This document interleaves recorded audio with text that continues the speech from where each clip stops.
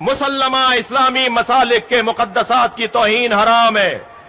میں آج اپنے مجمع سے بھی کہلوانا چاہوں گا، اہل سنت کے مقدسات کی توہین کرنا، بولو گے بھائی میرے ساتھ بولو گے، اہل سنت کے مقدسات کی توہین کرنا، ابھی آواز نہیں آئی مجھے، اہل سنت کے مقدسات کی توہین کرنا، اس پہ عمل بھی کرنا ہے. یہ صرف نعرہ نہیں لگانا ہے، اس پہ عمل بھی کرنا ہے. خبردار، خلفائے ثلاثہ امہات المومنین کی توہین نہیں ہوگی، اور اگر کسی نے کی ہے اور کر رہا ہے اور کرے گا تو ہم اس کے ساتھ نہیں کھڑے. اور خلفائے ثلاثہ میں حضرت عثمان بنی امیہ میں سے ہیں. یہ سوچتے ہوئے جملہ سنیں کہ ہم خلفائے ثلاثہ اور امہات المومنین کیونکہ مقدسات اہل سنت ہیں ان کی توہین کرنا حرام سمجھتے ہیں، ہمارے فقہا کا فتویٰ ہے. مگر یاد رہے بنی امیہ کی تعظیم ہم نہیں کریں گے. اور یاد رہے، توجہ چاہوں گا، اور یاد رہے کہ جب ہم یہ کہہ رہے ہیں کہ ہم مقدسات اہل سنت کی توہین نہیں کریں گے، نہیں کرتے، نہیں جانتے، صحیح نہیں جانتے، تو اس کا یہ ہرگز مطلب نہ لیا جائے. پاکستان کے مرکزی اشرے کی مرکزی ممبر سے بات کر رہا ہوں، یہ ہرگز مطلب نہ لیا جائے کہ اب فدق کا واقعہ بیان نہیں کریں گے. ہم کریں گے. ہم خلافت بلا فصل علی بن ابی طالب کو بیان کریں گے، ہم مولا علی کی افضلیت کو بیان کریں گے. مگر کہیں اگر بے احتیاطی اور جملوں کی رقت ہوتی تھی، رقیق جملے ہوتے تھے، تو ان کو نصیحت کر رہے ہیں، علمی انداز سے بات کرو، استدلال سے بات کرو. خبردار کوئی ایسی بات نہ کرو جو دل آزاری کا سبب ہو. اور یاد رہے عزیزان گرامی کہ اس ملک میں 70 سالوں میں اگر یہ نہیں ہوا جو آپ کہہ رہے ہیں، تو 70 سالوں میں ایک پیغام دے دیتا ہوں. 40 سال کا پاکستان، کراچی پاکستان ریڈیو کا ریکارڈ اٹھا کر دیکھیے.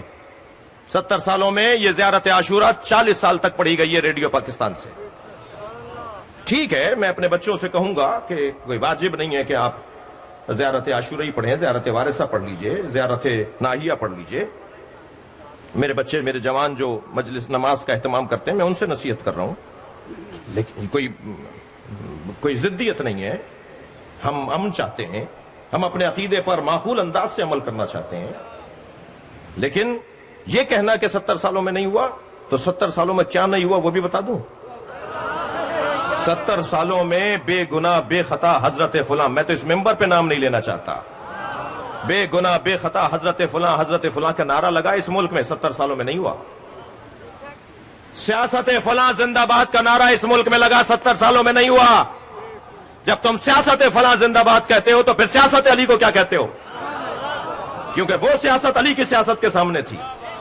70 سالوں میں یہ بھی نہیں ہوا کہ جناب زہرا کو خطا پر کہا جائے.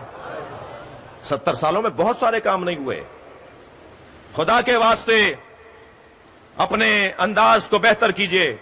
ہم کسی سے یہ بات نہ ڈر کے دب کر رہے ہیں، اور نہ ہی ہم کوئی فساد اور فرقہ واریت پھیلانا چاہتے ہیں. یہ ملک ایک سنی نے سوچا تھا، شیعہ نے بنایا تھا. علامہ اقبال اس کے مفکر ہیں، قائد اعظم اس کے بانی ہیں. یہ سنیوں نے اور شیعوں نے مل کے بنایا ہے. مشترکات کی طرف آ جائیے. میں تائید کروں گا اس مجمع کی طرف سے بھی، جنہیں نہیں پتا وہ پتا کر لیں کہ 3 دن پہلے اسلام آباد میں ایک ضابطہ اخلاق پر دستخط ہو گئے ہیں. وفاقی وزیر مذہبی امور اور اسلامی نظریاتی کونسل کے چیئرمین صاحب جناب قبلہ ایاز اور جناب پیر نور الحق قادری صاحب کے اہتمام اور انتظام کے ساتھ ہماری 2 شخصیات نے بھی اس پہ سائن کیے ہیں. پاکستان کے دیوبندی مسلک اور بریلوی مسلک کے اور اہل سنت اور صوفی مسلک اور کہہ لیجئے کہ مزارات سے وابستہ پیران طریقت بڑی شخصیات نے بھی اس پہ سائن کیے ہیں. اور تقریباً 20 نکاتی ضابطہ اخلاق تیار ہو گیا. یہ پورا مجمع میں اپنی طرف سے آپ سے کہہ رہا ہوں، جنہوں نے پڑھ لیا ہے وہ یقیناً میری بات کی طرف متوجہ ہیں، اور جنہوں نے نہیں پڑھا وہ جا کر دیکھ لیں. بہت ہی جامع، بہت ہی عمدہ، بہت ہی اچھے انداز سے ضابطہ اخلاق بنایا گیا ہے.